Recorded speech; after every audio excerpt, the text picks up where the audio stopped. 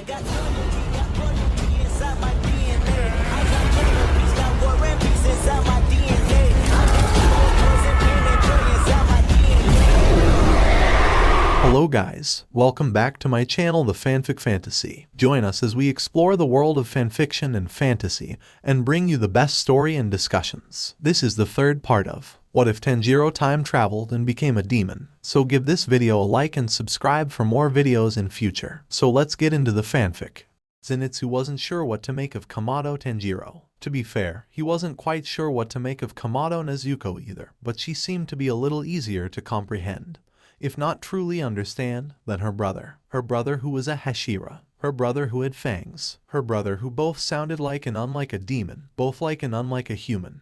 Her brother who somehow sounded like both an old tired man and a teenager about Zenitsu's age. Her brother who sounded so unfailingly kind, but as if that kindness was old and worn out, like a much-loved blanket or Hiyori one just can't seem to bring themselves to replace. That part of the pillar had been tested far too many times without reprieve, and somehow it sounded like he kept that kindness going out of sheer will, and while it was completely genuine, it also hid an edge of pain and a hurt that almost made Zenitsu want to cry. It was deeper than it should be, he thought, for someone his age, even though he couldn't even try to explain that thought away. Kamado Tanjiro was a dichotomy wrapped in an enigma made of opposing thoughts, and it was so discordant and yet not unpleasant. Just different. Kamado Nezuko, in contrast, was a girl with a will of iron, determined to do whatever she had to, in this case, pass the selection. She was kind too, and sweet, but she also had a core underneath that bubbled of anger and frustration and protection. It wasn't terribly difficult to figure out her story in general, but when adding her brother to the picture, the brother she so obviously trusted completely and who she loved with all her heart, he couldn't begin to guess at their pasts and true motivations. And yet he found himself trusting Kamado Tanjiro too, at least enough to fall asleep as they waited for the sun to rise. He really hoped this didn't count as outside help,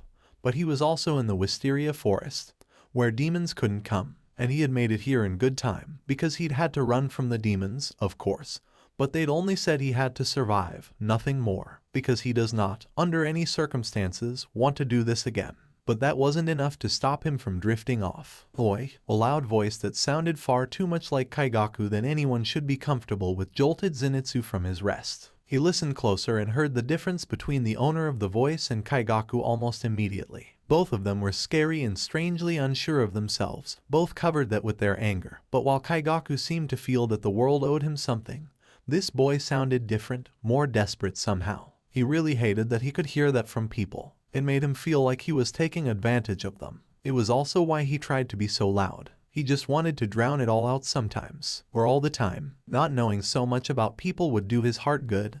He was sure of it. That's Tanjiro said, but the damage had been done. Nai-chan, Nezuko asked groggily. You woke them up. The Hashira scolded the approaching boy. He looked to be about their age, maybe a little older, and had both sides of his head shaved, leaving a dark strip of hair down the middle. He also had a large scar across his face and looked like he would kill them all. Actually, he kind of sounded like that too. WH, who are you? Zenitsu heard himself yell as he pointed and scrambled back, only to realize that the safest place at the moment was likely beside the Hashira he'd also moved away from, and quickly remedied that. The taller boy ignored his question, gesturing at them in general. What are you doing resting here? How long have you all been here? Not long, Tanjiro replied nonchalantly, as if he felt no threat from the boy. Which is why you should let them rest. You can rest too, if you like. And then the Hashira smiled, and he was sincere, and Zenitsu couldn't help but just stare at him, horrified and incredulous. The kid wanted to murder him, and he just invited him to rest with them. What? Nai-chan, what's going on? Nezuko asked as she sat up, yawning. If Zenitsu wasn't so scared right now, he'd coo over how utterly adorable she was. The point was to stay in the forest for 7 nights. If you all are here early, then you all failed. The boy accused. That's not true. Zenitsu wailed. Tanjiro-san, tell him it's not true. Nai-chan, Nezuko asked. I thought we were just supposed to make it here and that it takes about 7 days to get here. That's the gist of it, Tanjiro assured them. I'm sure Yubayashiki-sama wouldn't throw out talented and much-needed demon slayers because of a misunderstanding and an hour. In the field, an hour can mean someone's life and death. The newcomer shouted. Tanjiro just continued to smile at him. In the field, 1 or 2 seconds can mean life and death, but resting when you can and finding people you can trust can also make the difference between life and death. The boy spluttered while Tanjiro looked up at the sky, then climbed to his feet and stretched. The Yubayashiki siblings should be here soon anyway, so I suppose now is as good a time as any to get up. Before anyone could say anything else, a very, very good-looking girl with pink hair and very little actually on dropped from the trees and landed in a crouch in front of them before standing up. "Tanjiro," she said, "what's going on?" "Oh, Genya-san here didn't like that we were resting a little bit before the welcoming ceremony." She blinked. "Really? But a good demon slayer rests when they can find the time." Even with his hearing, Zenitsu couldn't tell if her innocence was real or not. In his defense, the view was distracting. The boy spluttered again, looking and sounding like he would spontaneously combust at any moment. After a few seconds, he did, letting out a string of curses that made Zenitsu wince. "Who do you bakas think you are?" he finally yelled, acting as if you have any control over the Demon Slayer Corp. Everyone just sort of stared at him for several seconds before Tanjiro and the newcomer exchanged glances, then both bowed to him. Kamado Tanjiro, Sun Pillar. Kenroji Mitsuri, Love Pillar. It was kind of funny to see the boy pale like that and take a step back. But then his sound changed from one of outright aggression to one of cautious aggression. "Sun, Pillar, wait, are you the Hashira who's also a demon?" "Wait, what?" Tanjiro straightened looking very tired. Kenroji straightened looking disapproving. "I am not a demon, yet. With some luck, training and planning, I may never be." "You won't become a demon." Nezuko spoke up, face set in determination. "I'll become a pillar so I can stand by your side and you won't have to fight so hard, Nai-chan." Tanjiro's eyes widened in surprise, and then softened, touched. "Nezuko." Then Kenroji squeaked, high-pitched and very loud, causing Zenitsu to slam his hands over his ears. She suddenly became far less attractive. She also rushed forward and grabbed Nezuko in a hug as the girl flailed. "You're so adorable. I know you'll get stronger, Nezuko-chan." "Mitsuri-san, please let her go," Tanjiro said. "Oh, right. Sorry," she said, letting the other girl go and stepping back sheepishly. For a moment, Genya's and Zenitsu's eyes met, and Zenitsu distinctively heard the boy's thoughts. "These are the pillars supporting the Demon Slayer Corps." "Seriously?" Zenitsu sighed and nodded in solidarity. Just then, a new figure came onto the field. Another pretty girl, although she was also another mystery. Dressed in a kimono, she daintily stepped onto the scene, following the stone path without so much as a hair out of place. She had a smile fixed firmly in place and a sort of blankness about her sound that put Zenitsu on edge. "Oh, welcome," Kenroji-san said, calling out to the girl and waving happily. "Now we're just waiting on one more." Then she gasped. "Oh, I forgot to tell you, Tanjiro. He woke up and is heading this way. He should be here soon." Tanjiro sighed. "Of course," he said. Then, much to Zenitsu's confusion, he put his nose in the air and sniffed. "Huh, yeah, he's almost here. You can tell that just from scenting the air." Kenroji asked, sounding surprised. "I thought scent traveled more slowly then." "Well, oh, it's not just the scent coming from a person." Tanjiro responded as if it were the most natural thing in the world to be able to smell what he was describing. "It's how the other scents change as people move and how the air currents move." "You can smell that?" Zenitsu heard himself ask. Tanjiro blinked at him. "Well, yes. You can hear it, can't you?" He could, actually. But how did Tanjiro know that? Well, he was a Hashira and said he knew everyone on the mountain. Zenitsu just hadn't realized that meant detailed information and secrets he would have preferred not come to light. "Why would you say that out loud?" he shrieked. Tanjiro blinked. "Oh, you didn't want me to say it." "No." And then, to Zenitsu's surprise, the boy bowed. "Please forgive me, Zenitsu-san." The clearing fell into silence save for Genya's angry muttering. Before the yellow-haired boy could say anything, though, the loud stomping of footfalls came thumping from further down the mountain. Zenitsu turned to face it as the sound came closer. Then a figure rushed into the clearing. Zenitsu couldn't help it if he shrieked at the sight of a boar's head coming at him like a freight train. "Who is that?" "Manjiro," the boarhead said, and it took a moment for Zenitsu to realize the creature had aimed for Tanjiro, not him. "Fight me, Inosuke," Tanjiro said gently, holding up his hands. "I can't fight you right now. We're about to officially close the final selection." "I don't care about that," Boar-masked boy yelled, leaping in the air to come down on top of Tanjiro. "Nai-chan," Nezuko said, leaping forward at about the same time as Zenitsu. As frustrating of a puzzle as the other boy was, he didn't want him hurt by a boar-headed boy with twin swords. However, before either of them could get Tanjiro out of the way of the oncoming strike, he grabbed both of them by their collars and leaped back, taking them with him while Kenroji cartwheeled off to one side. looking torn between amusement and worry. The boar-headed boy landed angrily. "Ah, I see," Tanjiro said knowingly. "You can't sit still. I get it, Inosuke-san." Zenitsu felt his eyebrows rise a little at the boy's matter-of-fact tone that had a knowing edge to it. Almost immediately, the boy with the boar head froze, then pointed his sword directly at Tanjiro. "Of course I can do it. I'll sit stiller than all of you right up through the end of the ceremony." And, acting like a small child, he sat down on the stone walkway, sword still in hand. He didn't move. Zenitsu looked between Boarhead and a smiling Tanjiro for several seconds. He hadn't realized until that point just how dangerous Kamado Tanjiro could be. He couldn't help but think he was glad the boy was on their side. Mitsuri smiled softly as she looked over at the Kamado siblings. Nezuko had fallen asleep on her brother's back while he carried her down the mountain and towards the former water pillar's home. Mitsuri herself remembered Kyojiro meeting her halfway after she'd passed her own selection and carrying her the rest of the way back to the Rengoku estate. Good times, and seeing it reenacted here between these two cuties was just. She put her hands to her cheeks and silently squeed. And Tanjiro said he had 4 more siblings. She would meet them all and she couldn't wait. It was sort of typical for her to reach a threshold of how much love and adoration she could process, and then find something that somehow drove her even further. Sometimes, she just felt so much she thought she'd burst. But then, she wouldn't have it any other way. "Inosuke isn't following us, is he?" Tanjiro asked. "I can't smell him, but we are heading into the wind." Mitsuri closed her eyes and opened her senses as far as they could go. She sensed nothing, so she smiled. "No, it seems he's returned home as he promised." She giggled, thinking back on their previous encounters. Telling him you didn't think he could keep his crow alive was a rather brilliant idea. "I think he may have tried to eat the poor thing otherwise." Tanjiro snorted, amused. "Oh, he would have. Still, he seems like he could be a particularly strong demon slayer. I can't wait to see what he becomes." The red-haired boy grinned over at her. "Everyone who passed that particular selection will be amazing.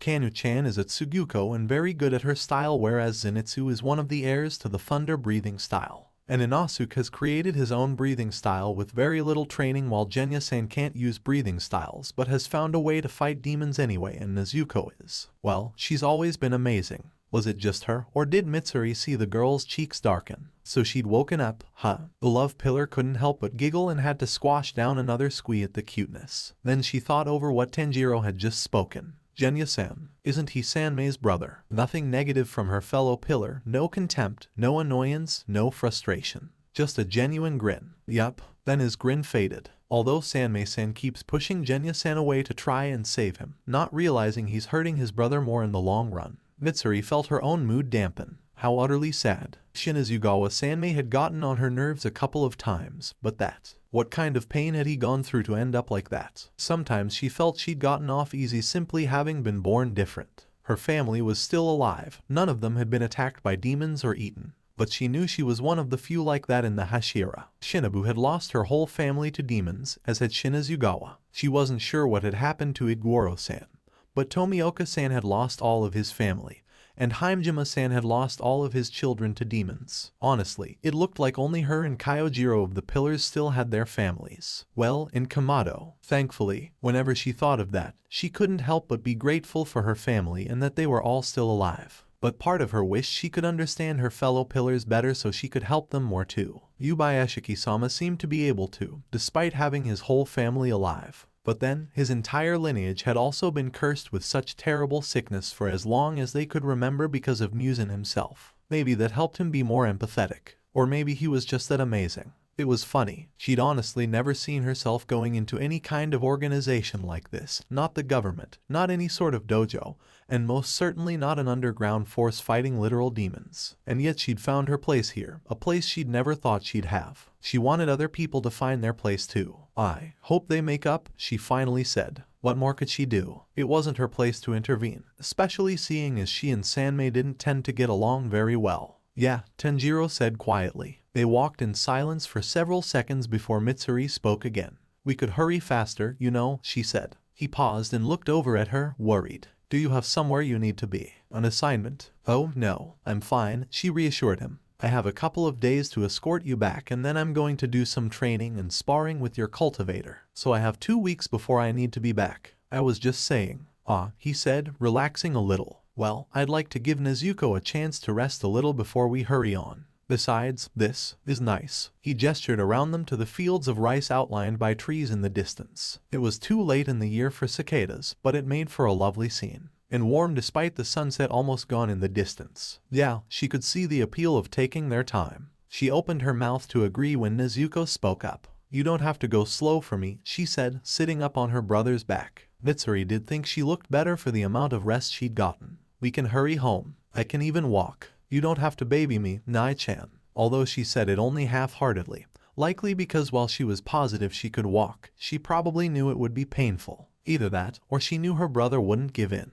He didn't. It's fine, Nezuko. You rest. I remember coming back from my first final selection. Took me days to get home and I had to lean on a staff for most of it. He's first. Oh, right. He said he's from the future. Sometimes she forgot that. Or perhaps it was better to say she just accepted it. Nezuko winced a little, probably because while she could walk, she would likely have to limp and use a staff herself. Mitsuri reached out and touched the girl's forehead too, checking to see if she was still warm. She was. You still have a fever, Nezuko-chan, she admonished. You should rest as much as you can. Precisely, Tanjiro agreed. Thank you, Mitsuri. It's evening, though, the younger girl protested. I've been resting all day. How about we hurry once it gets dark, then? Mitsuri suggested. Then we can get there faster but still enjoy the time right now. It is lovely, and I don't always get a chance to look at the sunset or the early stars, because we're either traveling, investigating, or fighting at night, Tanjiro said, grinning. Well, you're not wrong, Mitsuri replied, returning the grin. She really liked this atmosphere. She felt like an older sister instead of the younger one. It was a good feeling she could definitely get used to. The fields around them gradually turned into wilder land and then a sparse forest. The low chirp of Japanese crickets began to come to life around them and sounds of the night followed soon after. It was peaceful, not something Mitsuri usually associated with the night. She really was loath to begin hurrying now, so she didn't voice the option. Neither did Tanjiro or Nezuko, at least not until the crickets stopped. It was gradual, but still noticeable, and suddenly the silent forest didn't seem so peaceful anymore. Tanjiro came to a halt as did Mitsuri. Nai-chan, Nezuko said quietly, like she didn't want to break the stillness of the night. What's wrong? Something's coming, Mitsuri answered. Then Tanjiro's breath hitched. Akaza, he said, then looked over his shoulder. Nezuko, I need you to go with Mitsuri-san. Tanjiro, she started, but her brother cut her off. One of the demons in the wisteria forest must have seen me. And through them, Musen. He's sent one of his waxing moons here. I've beat him on my own before, but not when I'm protecting someone. Nezuko gasped while Mitsuri gripped her sword hilt, looking around grimly. Can we outrun them? The love pillar asked, placing herself next to Nezuko, who would likely need the most protection at this point. I don't know, Tanjiro said quietly. If it were 4 or below, I'd say it was likely, although one of us would have to engage 4 or 5 and then make their own escape when an opening presented itself. But this is 3, so, maybe. We should probably be grateful it isn't 1. You really do know about us, huh? Waxing 0. Mitsuri blinked. Wait, what? You said you were a demon, not a waxing moon, she hissed quietly, feeling a little betrayed. He glanced over at her for a moment. Where do you think I got all the information from? Oh, well, that made sense, she supposed, but she thought he'd gotten that information through many loops and fighting them instead. Does Uekata-sama know? She asked, keeping her voice as low as she could. Tanjiro nodded. Good. That had still been a shock, but I want to hear it all, she said. Later, he promised. She nodded. Are you two done? The demon, covered in what looked like tattoos, lines and marks crisscrossing or running parallel to each other all over his body before curving away at the ends. If Mitsuri hadn't been so on edge, she might have found it interesting, maybe even pretty from a certain point of view. What do you want? Tanjiro asked, having drawn his sword. He held it in front of him firmly, never taking his eyes off of his opponent. The demon tipped his head to one side. You, obviously. Well, I don't necessarily want to capture you. Lord Musen does. Although if you're strong enough. He licked his lips. I am a little hungry. Tanjiro's expression faded into a more neutral one while Mitsuri couldn't help how her face twisted in horror and disgust. Then she steeled herself. Nezuko-chan, she said quietly, I need you to promise me you'll stay out of the fight. What? She asked angrily. No,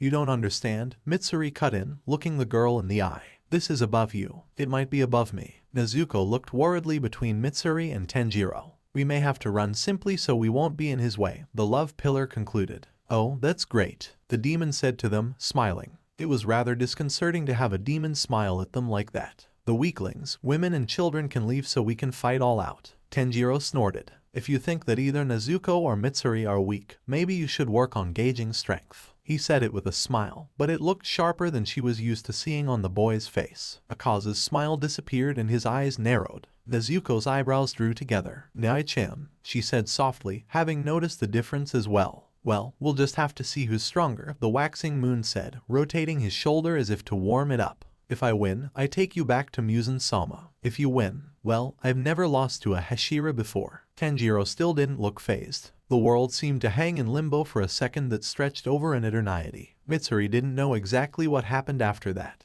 but suddenly they both moved, almost disappearing from view. She could follow it, but only barely. Her heart rate sped up and she looked to see Nezuko's eyes wide in shock and horror. "That's what it's like to fight a waxing moon," she said softly as the two backed up and began to hurry away. Mitsuri only tangentially paid attention to them, though, focused more on the girl in front of her. Nezuko had schooled her expression, but she still looked shaken. "I still have so far to go," the girl said sadly, clutching hard at Mitsuri's arm. "I can't even see them. I'll just slow him down." "I know," the older girl said, sympathetic. It was a hard lesson to learn.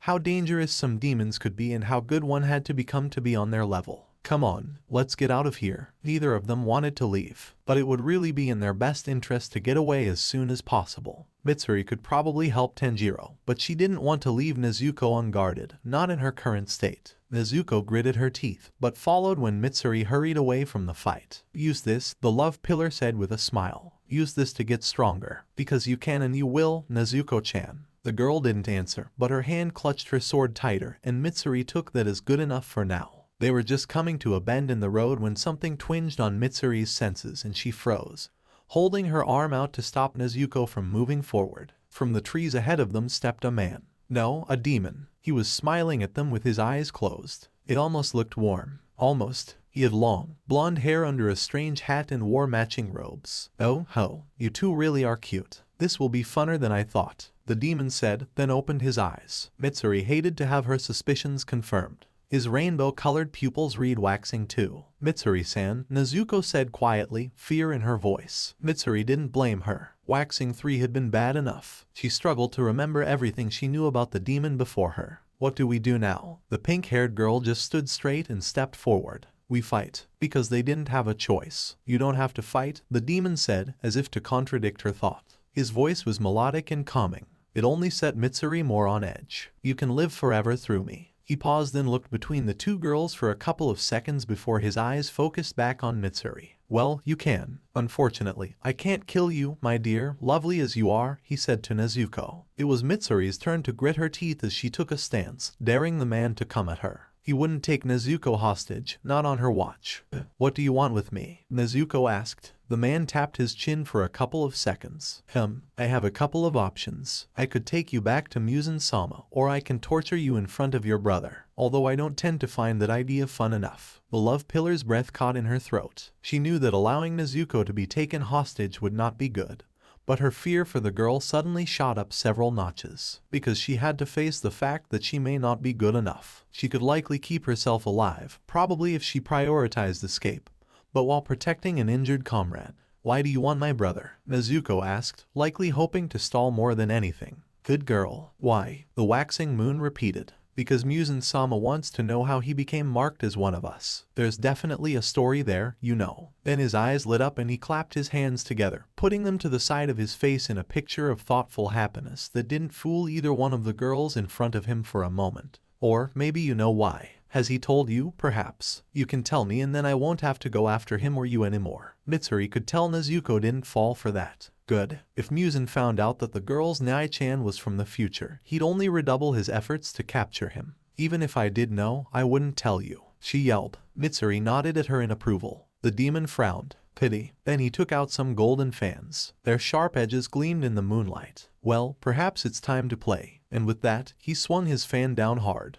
Muzan wasn't sure exactly how they'd gotten onto this topic, but he was sure it had to do with the new thorn in his side, the sun breather brat and his family. But even then, he wasn't quite sure how it had come up. Someone had mentioned their parents, and then someone had mentioned Muzan-sama's child, and then Kokoshibo had brought up his own child. Apparently he'd had 2 when he'd left to become a demon slayer. Silence reigned in the room of the Infinity Mansion. "Wow, you're a terrible parent," Jutaro had said dryly, his sister nodding firmly right next to him. Seeing as Kokoshibo had been the ones to recruit them, Muzan found that particularly amusing. Or maybe that was the sake he was purposefully not metabolizing. Nights like this didn't happen often, but he did tend to enjoy them when they did. "I'm not as bad as Muzan-sama," Kokoshibo defended. "I would never kill my child and he's planning on it." Well, he wasn't wrong when she became a liability. Although, truthfully, he'd been surprised when she hadn't seemed to have any demon traits at all whatsoever. But no, both she and her mother had come out of the pregnancy completely human. The 2 waxing 6 moons turned their horrified expression on him. "You're both terrible parents," Daki whispered. Had it been any other time and had he been less drunk, he might have completely destroyed her for that. However, since he was that drunk, and since alcohol seemed to be the only human food that demons could drink without extreme discomfort, he simply found himself denying that. "I am not a bad father," he insisted. Then he turned to Dauma. "Am I a worse father than Kokoshibo?" The waxing first squawked in protest, but Muzan ignored him, fixing his eyes on his waxing second. The blonde demon smiled. "You both seem fine to me." More silence, because even in his state and mindset, Muzan could tell there was something very wrong about that. So he turned to Akaza. The waxing third didn't even wait. "You have a kid," he said excitedly. "Can I fight him? Is he strong?" "He has to be strong. Why isn't he a waxing moon?" Muzan just blinked. "She's 5, and human, hence why he was considering killing her when she outgrew her usefulness." The look on Akaza's face almost caused Muzan to burst out laughing. He looked as if he was told he could never fight again as he reached down and poured himself more sake. Muzan doubted they'd get any more out of him that night, so he turned to Hantengu. He almost regretted it when the demon yelped and cowered away, cradling his sake like his life depended on it. Dauma-sama's right. "Why, you're both good." The waxing second preened. Akaza rolled his eyes while Daki and Jutaro both protested loudly. "What about you, Jayako?" Kokoshibo asked. "Do you think I'm a worse parent than someone who will simply kill their child out of convenience?" Muzan was this close to metabolizing his liquor and making Kokoshibo regret asking that. "Do your children appreciate art?" The Demon King actually rolled his eyes at that. "I told you, mine is 5. Or 6. She might be 6. Mine is dead." "I have no idea if he could appreciate art or not," Kokoshibo said flatly. Even with mouths for eyes, Jayako managed to look offended. "Heathens, you must teach them art at a young age and keep their appreciation high. You're both terrible." At that, Jutaro spoke up. "Thank you. Yes, you're both awful." Beside him, Daki nodded her head emphatically. Jayako grumbled and began to pout himself, also taking more sake. Muzan and Kokoshibo both just stared at the 3 of them. Finally, Daki spoke up. "What?" she asked angrily. "You've both either abandoned your child or are planning on killing them. You can kill us for it, but that doesn't stop the truth. You are really bad parents." Well, never let it be said that he couldn't take criticism. Muzan knocked back another glass of sake, then sighed. "Fine, I won't kill her." But then what could he do? He couldn't risk her falling into the hands of the demon slayers. Then he glanced over at Akaza, still sulking where he sat. That gave him an idea and he smiled. "I'll turn her into a demon." Why hadn't he thought of that before? "Better," Jutaro ventured. "At least she'll grow up," Daki muttered. "Oh, will she be cute?" Muzan-sama. Dauma put in. "I can take care of her for you, and she can live forever through me." Muzan shot warning glare at his waxing second. "I am not letting you eat my daughter." The blonde's smile fell away as he looked at his master, pleading. "But Muzan-sama." "No." He sighed and reached for another cup of sake himself, also pouting. Seriously, these were his upper ranks. Meanwhile, Daki and Jutaro seemed to be discussing something quietly. Muzan raised an eyebrow pointedly, but let them continue. Finally, Daki spoke up. "We have to admit, that was the best parenting we've seen from anyone in this room. Therefore, you win, Lord Muzan. You're definitely the better parent." "Keep it up," Daki said with a smile as she raised her own sake cup to Muzan. He couldn't help it if he preened for the rest of the night. He was a better parent than Kokoshibo, or anyone else there.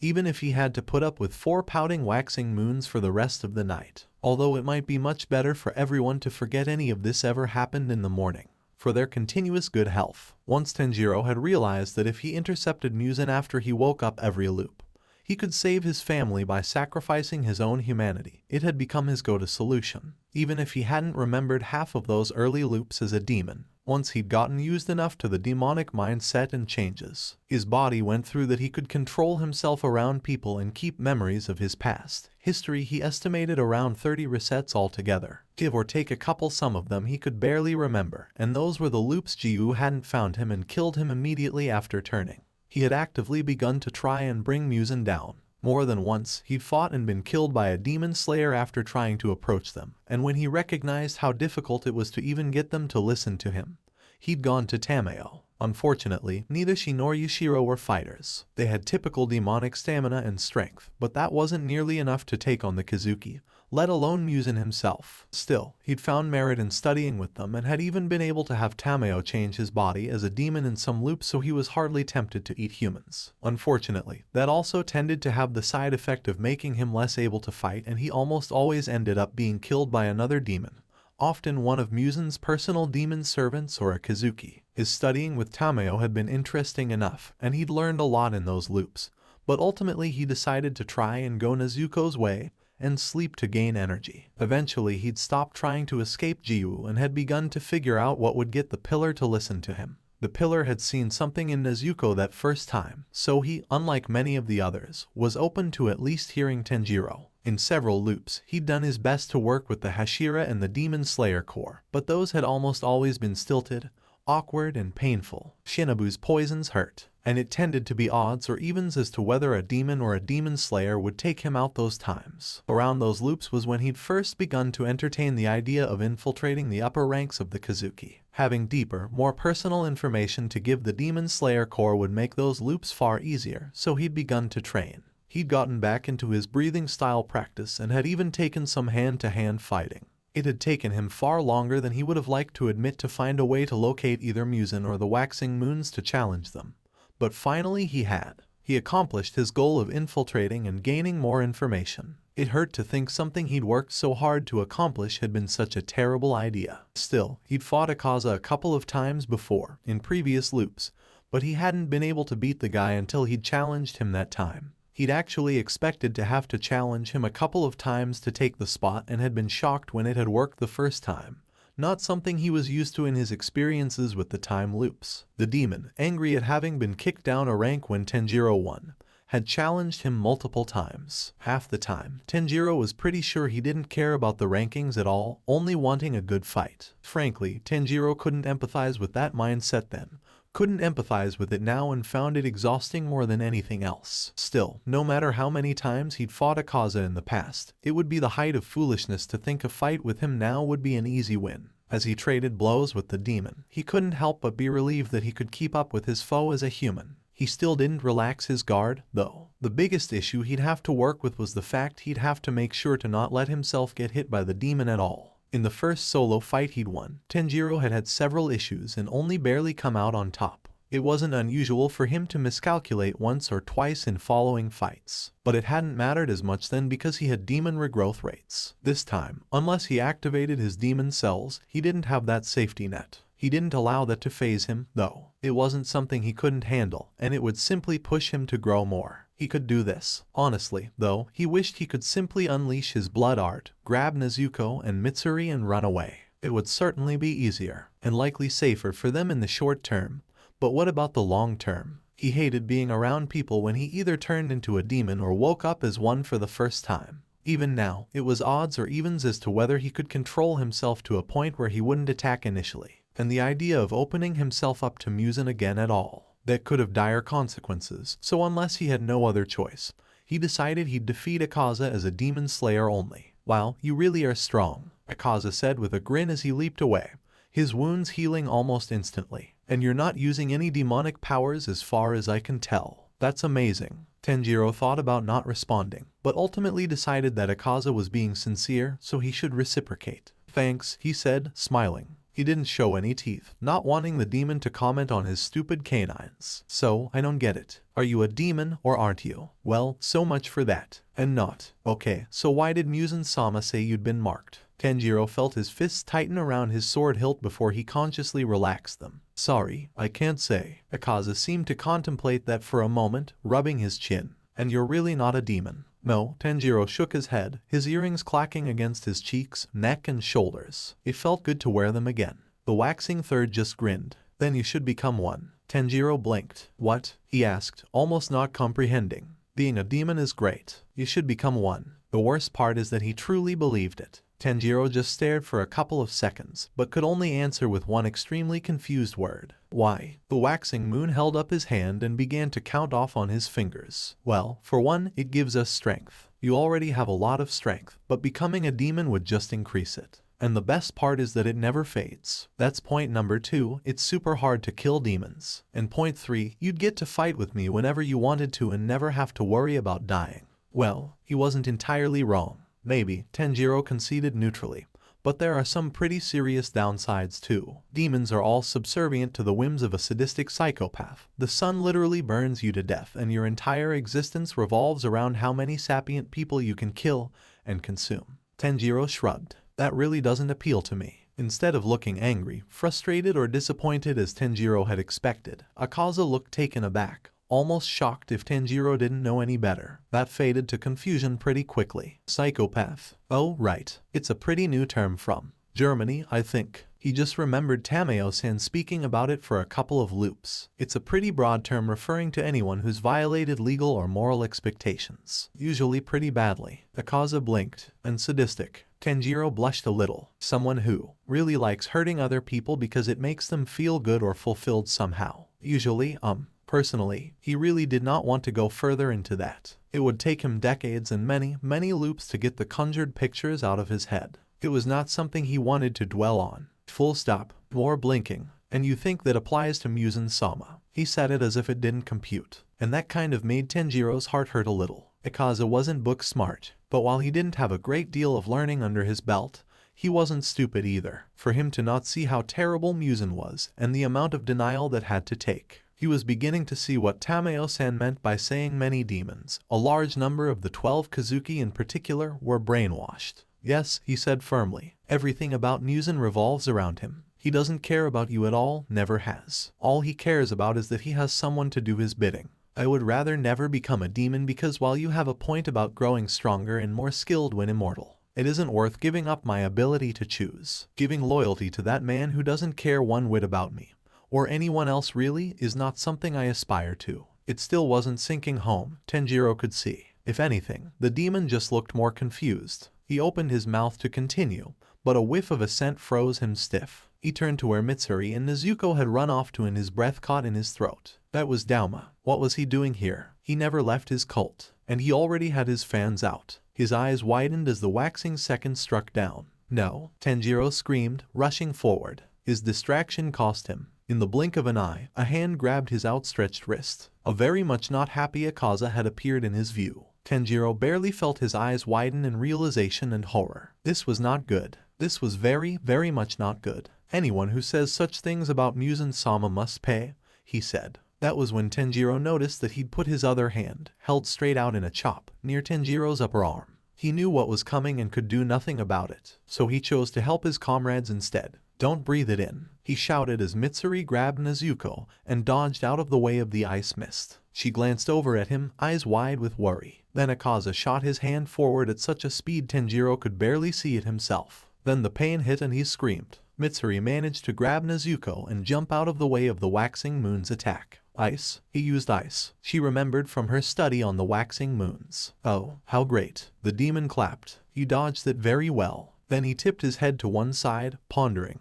I wonder if you can dodge this, he said, and waved his fan again. This time, it created a blue and purple mist that glinted in the moonlight. Don't breathe it in, she heard Tanjiro say and glanced over at him. What she saw did not fill her with assurance. Waxing 3 held the other Hashira's wrist, outstretched as if to reach for Nezuko and Mitsuri. She grit her teeth, knowing what would happen to him next, but unable to help. Knowing she had to survive her own fight, she breathed in and held her breath while Nezuko covered her nose and mouth with her hands. The mist engulfed them and suddenly Mitsuri very much wished she'd worn more. The temperature had gone from cold to freezing and maybe lower, but she still managed to rush through it to clean air and let out the air in her lungs, resuming her constant concentration breathing. Then Tanjiro screamed, "Nai-chan." Nezuko screamed right back, but Mitsuri didn't have a chance to look. Instead, she dropped Nezuko off behind the ice spikes from the demon's first attack, focused on Dauma and drew her sword. It whirled around her as she leaped over the ice and around several more attacks, keeping a careful account of where she could go and how that could change as her opponent praised her. Wow, that is quite the style. Is it your own? It's so unique. That is honestly incredible. You can even dodge in midair to an extent. For someone without a blood art, that's almost unthinkable. She hated it. He was playing with her. She pushed herself harder, whirling around as fast as her body could go. It wasn't fast enough, so she pushed more. She had to protect Nezuko, and even to an extent, Tanjiro. People were counting on her and she couldn't let them down. Then something pulsed in her chest. Her heart felt like it would burst out of her rib cage and heat spread from her core outward. Then, somehow, she got faster. She counted it as a win when Dauma stopped commenting, continuing to make attacks and even having to dodge himself when she caught up with him. In the background, she heard Nezuko call out something, but it wasn't for her, so she ignored it and Tanjiro's response. Then she struck for a third time and somehow, Dauma managed to dodge behind her. That really is incredible, she heard him say in her ear, and she turned to look at him, eyes wide in disbelief. How had he? And then she was flying backwards. She managed to reinforce her body before she hit a tree and shattered it, but it still did damage. If she were lucky, she'd only bruise. She hit a second tree and couldn't move as the breath had been knocked out of her. She struggled to regain it and tried to get to her feet again. Oh, you have been so fun to play with. I haven't had such a good time in so long, she heard the demon say. He'd begun to walk over to her. You know, I'm almost tempted to keep you alive and human. If you pledged yourself to me, I could do that, you know. What do you say? I don't give this offer out often or lightly. Mitsuri managed to get enough breath in her lungs to give her answer. Never. He almost looked sad. For maybe 2 seconds. Well, your choice, I suppose, he replied and raised one fan as if to stab her, fake smile returning to his face. Then, before he could strike, a form thrust itself between him and her, arms outstretched. Mitsuri gasped, ignoring how doing so hurt. Nezuko, she whispered, then focused on forcing herself to stand up. She had to fight. She had to save these two. Oh, what is this? Dauma asked, sounding intrigued. I won't let you hurt her, Nezuko said. Waxing 2 just stared at her for several seconds before he burst into laughter. I just defeated one of your pillars and you think a newly minted Mizunoto can do anything. Nezuko didn't back down. If you want to get to her, you'll have to kill me. Oh, right. And he wasn't allowed to kill her. Mitsuri appreciated the thought.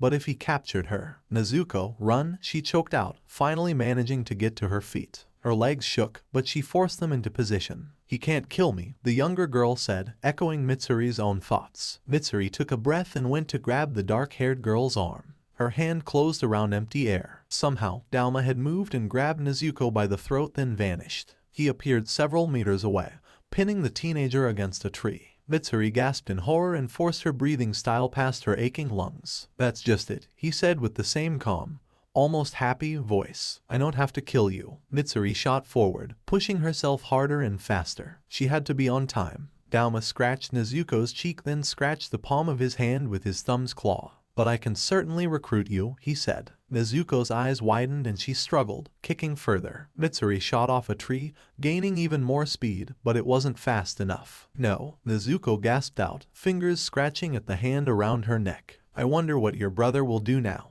he said, then squeezed his hovering hand closed so a large amount of blood fell onto the cut on her cheek. No, Mitsuri shrieked as she swung down, but she knew she was already too late. Earlier, Tanjiro's scream faded to agonized gasps as pain shot through his arm. Ni-chan, Nezuko screamed. He kept himself from fainting through sheer grit, that and the fact that he'd been through worse before. Rarely, but it had happened. Unfortunately, this time, it just kept up. The regeneration he normally relied on wasn't there. He still held his sword in his other hand, but the pain made him want to vomit. Looking down to see only a stump of his arm didn't help. He'd seen Akaza punch so hard his grazes literally cut through skin, but he'd done so with his hand open this time, completely severing Tanjiro's arm with his claws. It could have been worse, he supposed morbidly. He could have torn it off. He looked up at the waxing third to see the man holding an arm. His arm, contemplating it thoughtfully. Breathe through the pain, he told himself, looking away. The scene made him want to vomit all over again. He'd miscalculated. Badly. Or, well, he'd gotten distracted. He had to give it to Muzan. The demon may be a coward, but he wasn't stupid. Sending Waxing 2 and Waxing 3. Tanjiro almost felt honored to be considered such a threat. Almost. The sheer agony from his severed arm drew his focus more than he would have liked, but he did his best to breathe through it. Well, it looks like I win. You're coming with me to Muzan-sama. Tanjiro chuckled, albeit a bit hysterically, but he still did. Then he took another breath and focused on stopping the bleeding from his arm. Then he took his stance and held his sword, one-handed, in front of him. Ni-chan, he heard Nezuko say, but he refused to take his eyes off of his opponent again. Stay back, Nezuko, he yelled to her. Please, do what you can to help Mitsuri-san. But, please, he repeated, I'll be fine, I promise. He knew she didn't believe him, not fully, but she did trust him. Fine, she said. But you'd better win. He heard her rushing away and prepared to intercept if Akaza targeted her. He didn't, merely cocking his head at Tanjiro. You're missing an arm. Do you honestly think you can fight me like that? He just smiled at Akaza. If I have to. Then to Tanjiro's surprise, the demon burst into laughter. Ha ha ha ha. He bellowed. Oh, you really are strong. This should be fun. Please continue to put up a good fight. Then, much to the demon slayer's disgust, he put Tanjiro's hand in his mouth. Then he crouched down and launched himself at the Hashira. Hinakami Kagura, Parhelion Rainbow, Tanjiro breathed and then moved. Akaza only fell for the first after image, but it was enough to throw him off for a second. Tanjiro used that second to swing his sword at the demon's neck with a Hinakami Kagura fire wheel. Akaza moved, but wasn't fast enough to avoid the attack completely. Tanjiro grit his teeth because he was not used to fighting one-handed. His strikes didn't have the kind of power he needed to actually do any serious damage. But he couldn't give up. Demon Blood Art, Destructive Death Compass Needle. What looked like a snowflake appeared below the waxing 3. Tanjiro wasn't sure how he managed to say it around the arm still in his mouth. Then he began to punch at Tanjiro, generating immense gusts of air. The time traveler managed to use his sun-breathing techniques to either block or evade them all, even if it was a closer call on some of them than he would like to admit. You really should become a demon, Kamado Tanjiro. You would be so fun to fight all the time. Tanjiro grit his teeth. No, thank you, but you could get your arm back. As if to prove the point, Akaza took a bite out of said arm and swallowed, grinning the entire time. It was true that Tanjiro had never fought without his arm before, but he refused to activate his demonic cells just to save it. It would be difficult to get around it, but he could do it. I'll survive. But the waxing moon started again, then froze mid-swing. His eyes went wide and he fell onto his hands and knees, gasping. This took Tanjiro enough by surprise that he froze too, waiting to see what would happen when he would normally press the attack. Then Akaza groaned and put his hands around his stomach, collapsing onto his side. He looked up at Tanjiro. What have you done to me? Tanjiro's eyes widened and he looked between Akaza and his dismembered hand lying inches away from the demon. He had no idea what was going on. He opened his mouth to respond, but a shriek of no drew his attention to Mitsuri as she raced towards Dauma. Dauma, who had his fist around Nezuko's throat and was dripping what looked like blood onto. Tanjiro's eyes widened. No, he whispered, then grit his teeth and growled. Not again. He couldn't see her go through that again. Never again. He hadn't wanted to use his demonic abilities, but he would do anything for his family, no matter the cost. A moment later, he vanished, leaving a gasping Akaza on the ground, unable to do much more than squirm and watch. So, he managed to croak, "That's what Muzan-sama meant," he said before he passed out. Mitsuri put all of her strength into the blow that would separate Dauma from Nezuko, but he just jumped away, laughing. Nezuko's eyes rolled up into the back of her head and she collapsed. Mitsuri caught her and clutched the girl to her chest, holding her sword out in front of her, unsure of what else to do. Dauma continued to laugh. Oh, so you'll protect a demon now? Mitsuri wanted to cry. She wanted to cry and rage and scream, and she felt a deep-seated anger at this demon's absolute callousness. His false smiles and calm words and his utterly disgusting reasoning. In her arms, Nezuko's whole body twitched. She clutched the girl tighter. He clapped his hands, grinning. This will be so much fun to watch. Will you kill her yourself? Or will you let her tear you apart? Or will you, perhaps? Before he could say anything else, Mitsuri saw something move behind him. Her eyes widened when she saw Tanjiro. His face carved from stone and his eyes glowing bright red. She gasped as she read the kanji inside them. Waxing 0. She'd known, but seeing it was something else altogether. Dauma's own eyes widening when he realized something was wrong would be a memory she'd cherish for a very long time. Solar heat haze, Tanjiro said, almost monotone, and slashed down. Waxing 2 dodged and it looked as if his blade had missed, but waves of heat distorted the sword, and when Dauma got to the other side of the small clearing they were in, he'd already begun to heal the wound Tanjiro had given him, regrowing his own hand that had flopped to the forest floor. Tanjiro landed between him and his fellow demon slayers. His own arm seemed to be finishing bubbling into existence. It was gross and almost distracting enough for Mitsuri to focus on that instead of on the fact that he was regenerating in the first place. What a shame. I like these particular robes, the demon said, but his voice held a wary undertone to it that hadn't been there before. Tanjiro simply stood between his two companions and Dauma. Then he held his hand out, claw-tipped fingers curled, ready to tear so many things apart, and bare almost up to his elbow, and let his blood drip. She didn't know when he'd cut it, but apparently he had. Demon blood art, palm fire explosion. Mitsuri shrieked and had enough time to clutch Nezuko to her with both hands as the entire area lit up in a red fire. It took her several seconds to realize the fire didn't burn. Instead it felt warm somehow, protective. In her arms, Nezuko shrieked as if in pain. Her teeth were sharp. Mitsuri noticed, blood turning to ice despite the warmth of the fire around her. Out of the corner of her eye, she saw movement as the fire approached Dauma. His eyes widened and he jumped back. But Tanjiro pursued. The demon must have realized the situation had changed because he vanished, appearing several seconds later on top of a nearby cliff. Just far enough to be out of immediate range, but near enough that they could still hear him, not to mention he could still easily be a potential threat. "So, it's true," he said, then cocked his head to one side. "I thought you told Akaza you weren't a demon." Instead of answering, Tanjiro held his hand out and more fire appeared in it. Mitsuri wasn't entirely sure why as the clearing around them still burned. The fire still seemed to be affecting Nezuko too. The girl's hair had fallen out of its usual bun and Kenroji wasn't entirely sure in the light, but she thought it had started to turn orange on the tips. "Well," Dauma said loudly, his pleasant voice carrying surprisingly well, "you can pursue me, or you can take care of your sister. She should be about ready to tear the other lovely pillar apart." Tanjiro just growled threateningly. It honestly scared Mitsuri. The kind, caring boy she'd befriended had almost completely vanished. "Tanjiro," she forced herself to say. He looked back at them through the fire, eyes angry and hard. But then they softened when his gaze met hers and the boy from before returned. His hand dropped to his side as worry entered those eyes. "Well, I have to go report to Muzan-sama." Dauma glanced over at where Tanjiro and Akaza had been fighting earlier.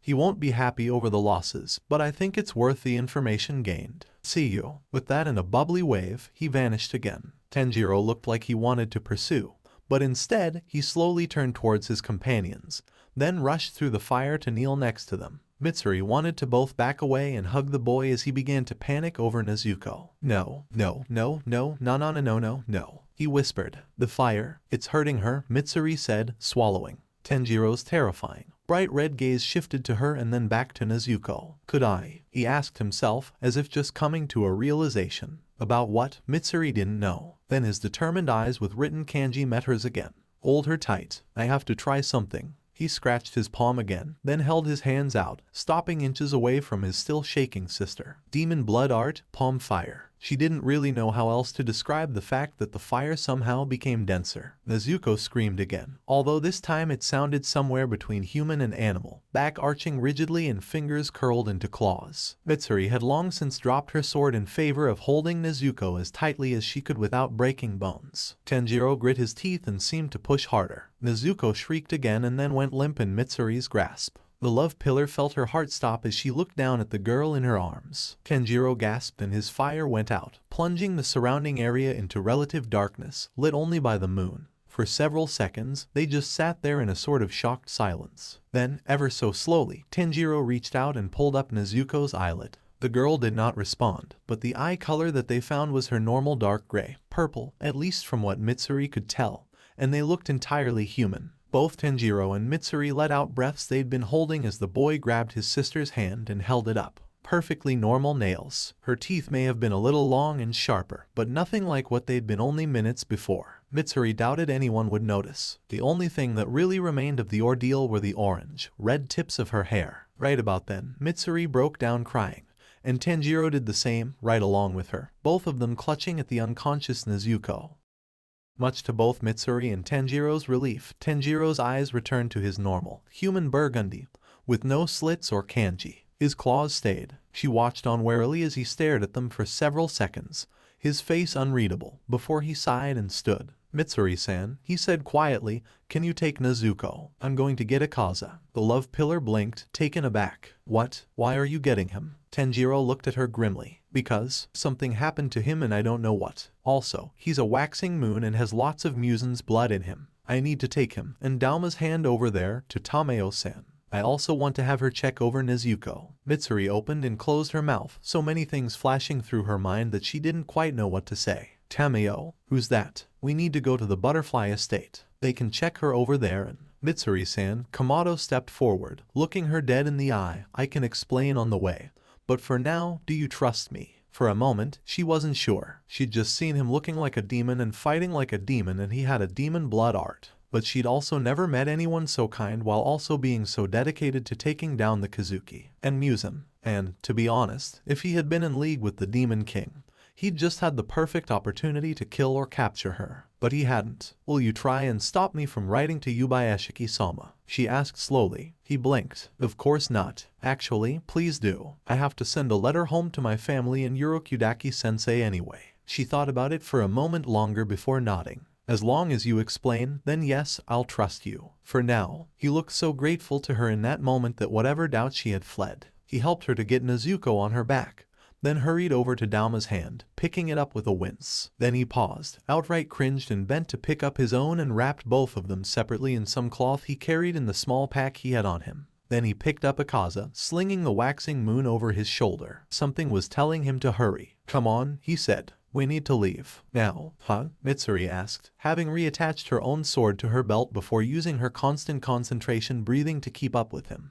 What's wrong? Tanjiro bit his lip. Something's coming. I don't know W. He cut off suddenly, eyes wide. Musen. He's coming. He whispered. What? Mitsuri hissed fearfully. How do you know? I'll explain later. Run now, Tanjiro said. She didn't need to be told twice, pushing herself farther and faster than she'd ever been able to before, flying across the countryside in blurs. For now, she decided to follow Tanjiro's lead as he knew where this Tameo would be. He took a zigzagging path that changed randomly, but to her surprise, Mitsuri had little difficulty keeping up. He wasn't going easy on her either. She allowed herself to feel some pride at that. It took her almost half the night to realize they were heading to Asakusa. At that point, she outright stopped him. Tanjiro, why are we going to Asakusa? That's a city and we have a waxing moon with us. The other Hashira stopped and blinked at her as if not comprehending why she would bring that up. He's unconscious. And what if he wakes up? Again, he blinked. He won't. She wanted to throw her hands in the air, but they were still holding Nezuko on her back, so she grit her teeth. How do you know that? He opened his mouth, then paused without saying anything and looked to the side.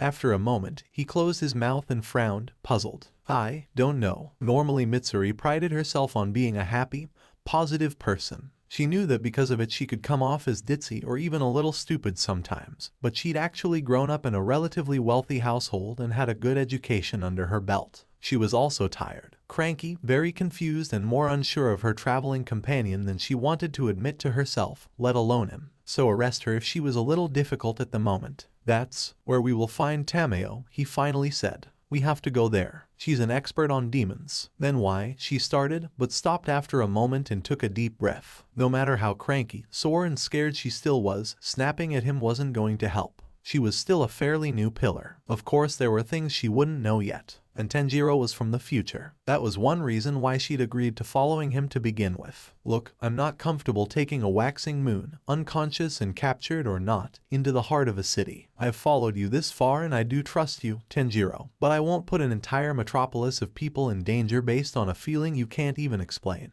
She took a deep breath and forced herself to soften her expression. Please, Tanjiro, don't make me choose. He looked pained, but eventually nodded, glancing at the forest around them where they'd stopped. You're right, I'm sorry, he said, bowing, even as he clutched at the demon on his own back. I was panicking and not taking everything into consideration. I don't know why I know he won't wake for a while, but I can promise you that I am sure he won't. However, your worry is more than reasonable. Will you compromise at going to an inn on the outskirts of the city? She bit her lip. She didn't like going to an inn at all. But then again, she didn't like the idea of camping in the woods either, not with Musen himself potentially following them. Fine, but we have to find one near a field or facing a forest or something. Someplace open enough so that people won't get hurt if we have to take a fight there. He grinned, looking relieved. That's an excellent idea. Thank you, Mitsuri-san. She waved one of her hands in front of her and shook her head. I told you, you don't have to use an honorific. He just grinned at her. She smiled back, even though seeing those sharp teeth again took some of her own happiness and relief away.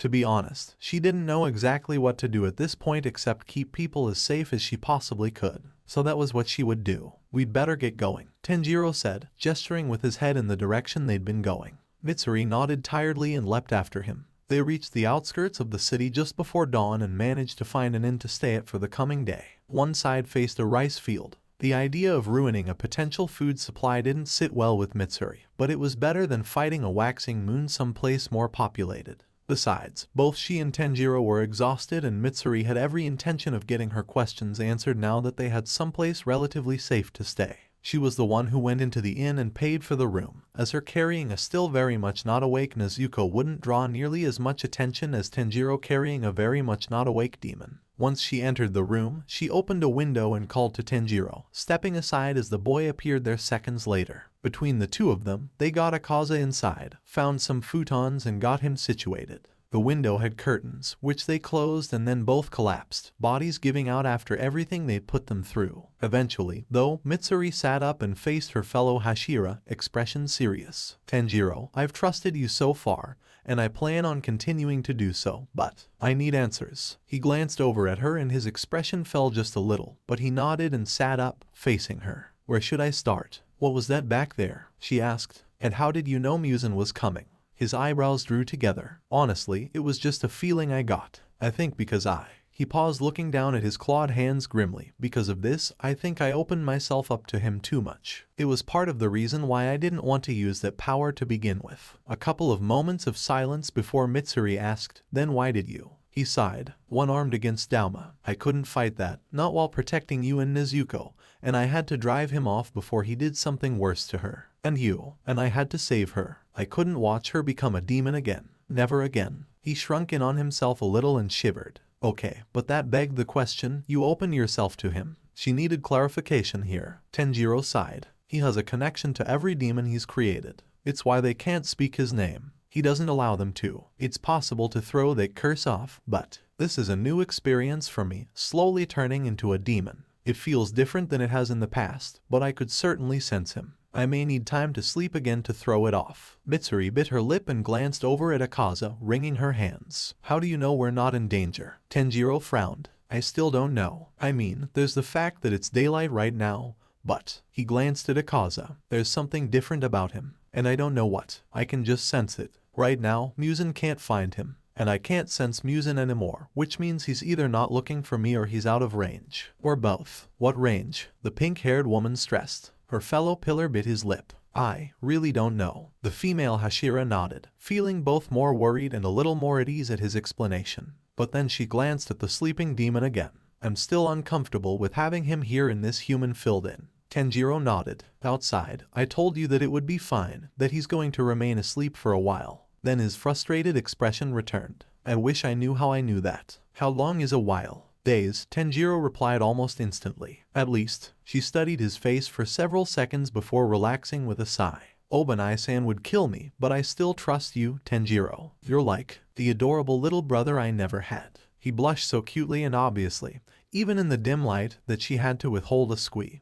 But withhold it she did. She still needed questions answered. So, waxing zero, she said tentatively and felt a little guilty when Tanjiro winced. Yeah, let me explain that. So he did, speaking about how he'd wanted to infiltrate the upper ranks of the Kazuki, how he'd gotten all of his information about them, and how much he regretted it and why. He didn't go into details on that last point. She didn't press it. And Yubaeshiki-sama knows? She asked once he'd finished speaking. Tanjiro nodded. You can write to him about it if you want. She most certainly would. She trusted her current companion, but there was a difference between trust and stupidity, and she felt she may have already crossed that line a couple of times that night, or used it like a jump rope. She was too tired to tell. So why are we going to see your contact instead of Shinobu-san? She said, bringing up her final point. Tanjiro sighed, rubbing the back of his head. Tameo-san is a demon who was turned by Muzan at least 400 years ago. Unlike other demons, she absolutely despises him and has dedicated her life to bringing him down.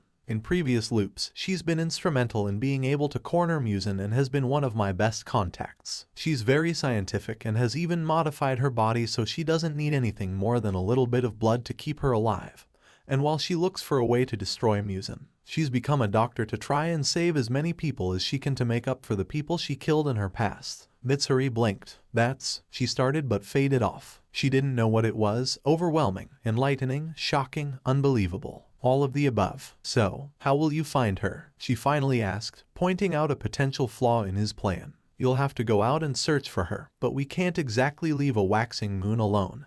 And I can't leave you alone. Tanjiro frowned again. Then he smiled. Such a contrast. I'm pretty sure she'll find us, actually. Mitsuri bit her lip. The implications. Eventually, she decided she was too tired to really think on it at the moment. I'm going to write to Yubayashiki-sama, and then I'm going to bed, she said as she took out her writing implements from the pouch she carried around her waist and its accompanying waterskin that she liked to take with her when she traveled over long distances or for long periods away from home. Good idea, Tanjiro said. I'll write to Urokudaki-sensei and mom while you're at it. 20 minutes later, their crows each flew off, and while she offered to stay up for watch, Tanjiro assured her that he was fine and he could do that easily, whereas she was tired and about ready to collapse. She finally agreed, and despite a waxing moon sleeping not 2 futons over, she soon found herself drifting off. Musen's eyes narrowed as he searched the area of the fight between 2 of his strongest demons and 2 of the demon slayer's corpse pillars. One of those in particular had been the brat he'd been looking for throughout the last year, and instead of getting glimpses of him and his fighting style through his demons, he'd been able to focus on it through his waxing moons and then receive a first-hand account from Dauma. The fact that they'd lost Akaza was initially acceptable if undesirable.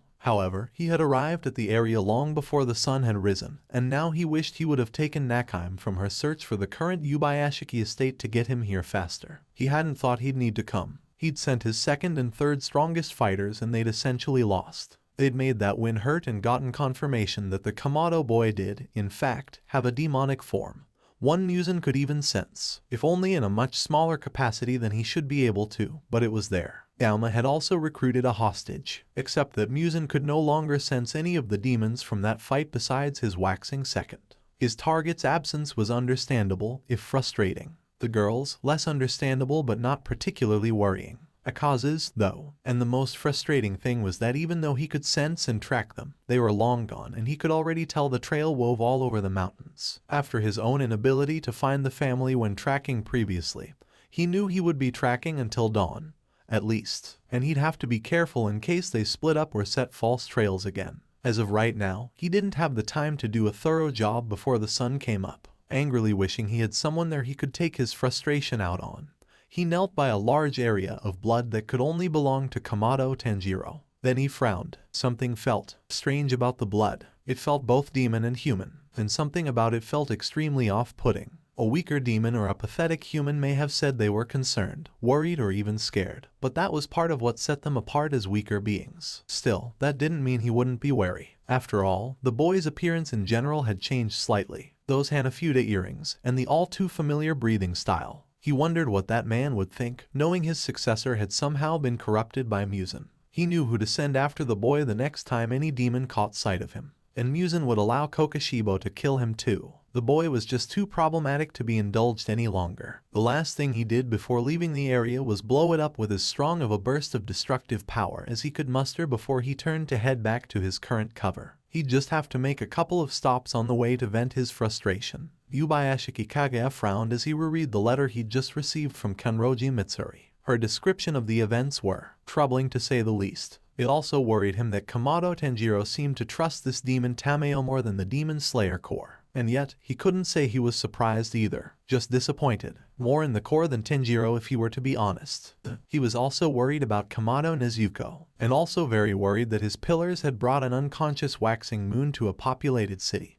Even if one of them was positive the demon would sleep, perhaps he'd allowed Kamado too much leeway when it came to demons and his demonic powers. He knew the boy empathized even, with demons, but a waxing moon. Not killing one such demon immediately was a questionable decision at best. Still, his gut told him to trust Kamado for a while longer. After some deliberation, he decided to follow that instinct. Besides, he doubted even a waxing moon would attack and destroy an entire city. That would potentially force the government to acknowledge demons, which would give demon slayers more leeway and resources, something Musen most certainly did not want. Kagaya would make sure to reassure Mitsuri and let her know his reasoning, if only for her peace of mind in this situation. She sounded like she needed it. Then, as he moved to put the letter aside, something occurred to him. It only took him a couple of moments' thought to find a blank piece of paper and begin to write. Perhaps it was time for him to begin corresponding with this Tameo himself. Sakonji didn't want to admit his worry, especially not to anyone else. But with both Nezuko and Tanjiro at the final selection as well as them coming back with another pillar, there was little reason for them to not be back within a couple of days afterward. If Nezuko had been on her own, He would have given her a week to get back, as she likely would have had to rest and replenish her energy after 7 days in a demon-infested forest as a new demon slayer. But that wasn't the case. Tanjiro and the other pillar had been there to prevent deaths, and they should be more than up to the task. So where were they? The test should have ended at least 3 days ago. Even if they'd taken it slowly, they should have been back by now. He didn't want to think of what could delay a pillar. Sickness was the nicest thing he could conjure, which really said everything right there. He kept watching the horizon all day, hoping to see them coming in the distance. But the path to his house remained frustratingly blank. Then the crow came. Tanjiro's crow. Well, at least the boy was alive. Perhaps Nezuko had been injured and they needed help above their ability. He didn't like that idea, but it would make sense. Everyone makes mistakes in their first couple of demon fights, and those mistakes can be deadly. He thanked the Kasugai crow and took the note tied to its leg. Then, when he began to read, he felt his heart stop. 2 waxing moons. Nezuko almost turned into a demon. Tanjiro having to use his own demonic powers to get them out alive and giving himself away without a doubt to Musen. He was grateful they were all alive and found it understandable that they would have to get checked up. But why were they heading to this Tameo's place? Tanjiro said she was an expert in demons, but Sakonji was understandably wary. However, he trusted Tanjiro. Once he finished, he reread the letter several times, then told the crow to wait for a response. Basically, it was a reminder to keep him updated. And that if he didn't, Sakonji would make sure he realized that just because the cultivator was an older man didn't mean he couldn't put the younger generation in their place. Demonic powers or no, he may have gone a little overboard, but how did this blasted kid get into so much trouble? He'd only been awake 2 weeks. With a sigh, he turned to find Kai, who had gone up the mountain today. They needed to figure out what to say to the little ones so they were up to date, but not overly scared for their siblings. That would help no one. Nezuko woke to the sound of someone moving around and breathing heavily. She felt so warm and comfortable, though, that she didn't want to wake up. And yet, she felt rested and her eyes halfway opened involuntarily. She looked around the small room she found herself in. A hotel room? She'd never been in a single hotel room before, used to the communal hotel room spaces her family had been able to afford when traveling to see Urokudaki-sensei that first time. Beside her, she saw her brother laying in his own futon, face peaceful and calm. That made her smile and she relaxed into her futon again. But then the strange noises drew her attention to Mitsuri-san, who seemed to be doing push-ups on her own futon a couple of places away, on the other side of Tanjiro. She just watched the girl for a couple of minutes, admiring how dedicated she had to be to work out at a time like this. That thought made her frown. Time like what? Her stomach rumbling caused Mitsuri to stop and look over at her, eyes wide. Nezuko blushed, going to hide under her blanket. After a couple of moments, she peeked her head out again, utterly embarrassed. Nezuko, Mitsuri asked slowly. Nezuko eeped and nodded a little. Why yes, Mitsuri-san, she asked, wondering why her body ached all over and it hurt to move. The last thing she remembered was the final selection. And then Tanjiro had insisted on carrying her home and they'd taken their time so she could rest, so why was she so tired? And why didn't her leg sting? Where her wound had been. And then she'd woken when? Oh. She sat up gasping. There had been a demon fight. 2 waxing moons had come for Tanjiro. She jumped in front of Mitsuri-san, who had been fighting waxing too, and then the demon had scratched her cheek with that almost pleasant smile on his face, like he saw a cute street performance or something, and then squeezed some blood onto it. One of her hands came to her face and she felt for the blemish, but found nothing. She felt all over her body with her hands, searching for something different, but once again, nothing. Not even the wound she'd gotten in the final selection, which honestly worried her more than anything else. Even her hands, they'd been so rough from learning and using her sword so much, looked completely normal and healthy. Her stomach rumbling again caused her to gasp and her arms went down to cradle it. She was hungry, really hungry, but demon hungry. She didn't know. Then another thought occurred to her and she felt her teeth. Much to her relief, they seemed mostly normal. Maybe a little sharper, but that could also just be her imagination. Nezuko, Mitsuri said, and she looked up, realizing the older girl had come to crouch in front of her, holding out a roll. She just looked at it for several seconds, and then back up to the pink-haired pillar before her eyes went back to the roll. Cautiously, she reached for it, took a breath and then bit down into the softness. To her relief, it tasted wonderful. She nearly cried. It didn't work, she said. Maybe nothing had gotten in because she'd been bleeding.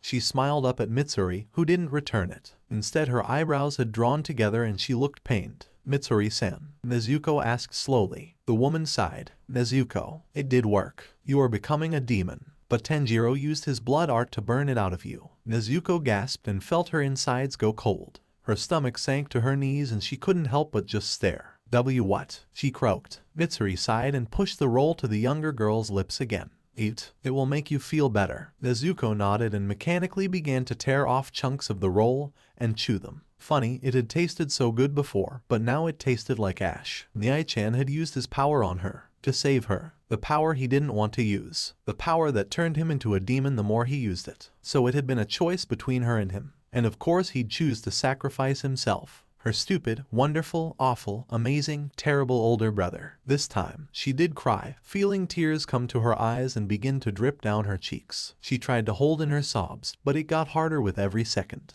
After several moments, she felt arms come around her and Mitsuri held her close, rocking back and forth as she hushed Nezuko, who just cried harder and clutched at the other girl's uniform. Hey, Mitsuri said after a couple of minutes, leaning back and holding Nezuko's cheeks as she looked the other girl in the eye. We need to make sure there weren't lasting effects. Can you concentrate for me right now? Nezuko took in a shuddering breath, but was able to nod as she finished off the last morsel of bread. She actually really appreciated being able to focus on something different. Okay, let's start with the basics. Demons often forget their names and history, so can you give me your name and the names of all your family members? Blinking and wiping her tears away with her sleeve, Nezuko nodded. Kamado Nezuko, Kamado Tanjiro, Kamado Kai, Kamado Tanjiro, Kamado Takeo, Kamado Hinako, Kamado Shidru and Kamado Rokuda. Mitsuri smiled warmly. Good. Your teacher's name. Urokudaki Sakonji. They continued in that vein, and while Nezuko's recollection wasn't perfect, she didn't feel she'd forgotten anything abnormal. Mitsuri agreed. Good, the love pillar said, beaming happily after her last question. Your brother either got to you in time to save your memories or was able to undo whatever Muzan does to destroy said memories to begin with. He'll undoubtedly still have to speak to his Tameo-san, but I think you're pretty lucky. Nezuko deflated just a little at that and looked over at her brother, noticing the claws on his hands for the first time. Yeah, she said. Hey, Mitsuri said, voice quiet again. It'll be okay. Nezuko really hoped so. Then all of the other girls' previous words really registered and she looked up at the love pillar in confusion. Who's Tameo-san? Mitsuri looked a little unsure at that, then sighed. A demon that Tanjiro knows and trusts. She knows more about medicine and demon versus the human body than anyone, according to your brother. He says she'll be able to look you over and we're also taking him to see her. She nodded to the futon on the far side of the room that Nezuko hadn't really noticed before. Then she gasped in fear. A sleeping demon lay there, one of the same two that had attacked them the night before. She looked over at the other girl, who had a grim expression. Mitsuri-san, she asked shakily. Your brother says he'll be out for a while and is therefore safe for now. He also said that he needs to take him to Tameo-san because he has much of Muzan's blood, which could help them make the cure for demons. Nezuko blinked at her, then turned and studied the sleeping waxing moon, then looked back at Mitsuri. You don't sound like you really believe that. The love pillar shook her head and sighed. I don't know what to think right now. I am very much trusting your brother at this point. We likely won't get a response from Yubayashiki-sama before tonight, and there are just so many things that have gone wrong. She suddenly looked very tired as she rubbed a hand over her face. Maybe you should sleep, Nezuko suggested. Mitsuri smiled at her, a shadow of her normal smiles, and shook her head. I just woke up, actually. Your brother watched over us all morning. Then I realized. He looked so tired. He didn't want to go to sleep because he thought he'd sleep a long time.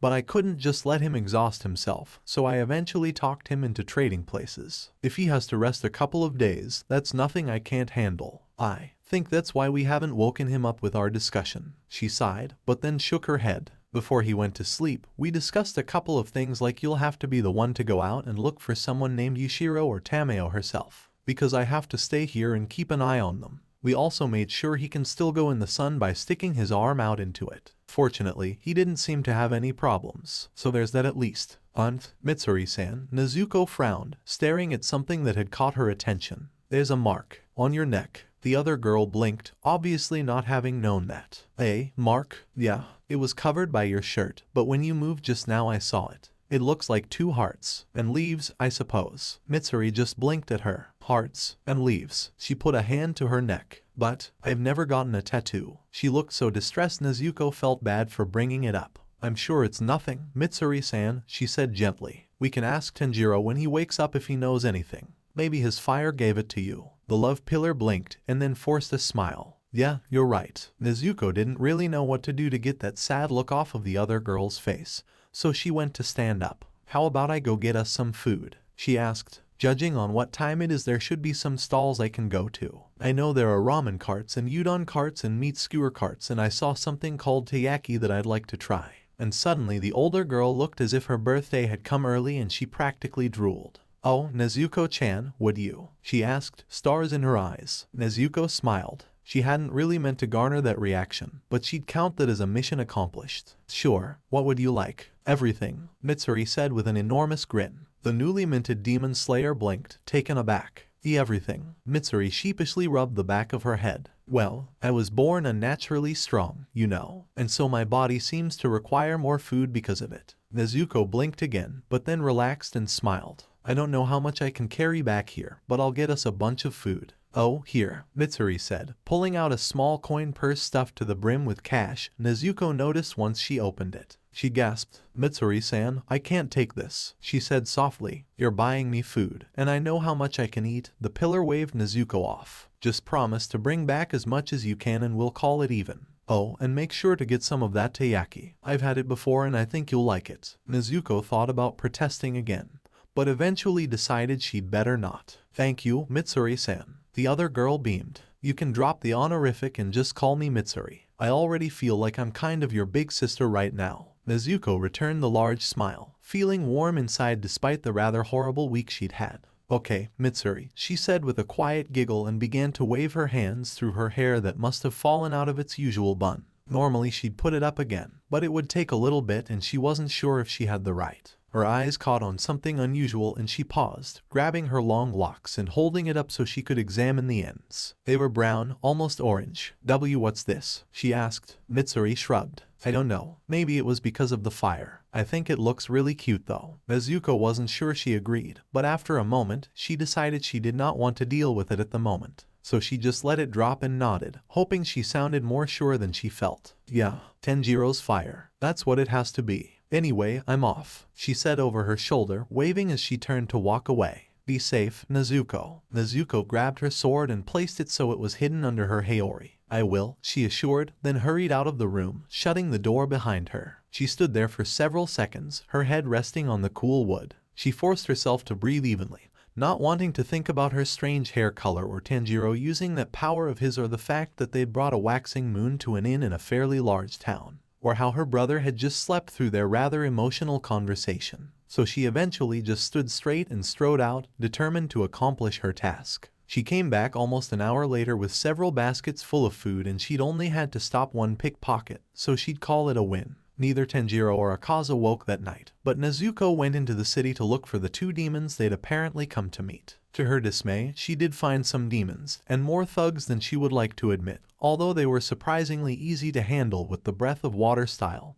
and a couple of chops to the back of the neck. She didn't even have to kill them. She did kill the demons though. None of them were named Yushiro or Tameo, and eventually she returned to the room they'd rented for another night. Cranky and sore, she notified the current hostess that she'd appreciate a bath drawn. The woman didn't look too pleased, but agreed politely. Nezuko made sure to thank her and then headed up to the second floor in their current room, where she found Mitsuri doing some acrobatics. The older girl didn't even thump loudly as she landed and leaped. Nezuko could only watch as the girl moved and jumped and twisted and turned, and she barely only made any sound on the wooden floor. Nezuko had already been impressed. Now she was floored. You're so amazing, Mitsuri-san, she said. The woman just smiled at her, continued to do her jumps and then landed directly in front of Nezuko. Any luck? She asked. Nezuko shook her head and sighed. Mitsuri deflated and then sighed herself. Well, the older woman said, we can try tomorrow, I suppose. Let me go take a fast bath and I'll be right back in. If Waxing 3 wakes up, make sure to lead him out to the field, she said, nodding at the window. Okay, Nezuko said, holding up some food she'd managed to bring back from closing stalls a couple of hours before. She'd even bought boxes and bowls to carry everything in.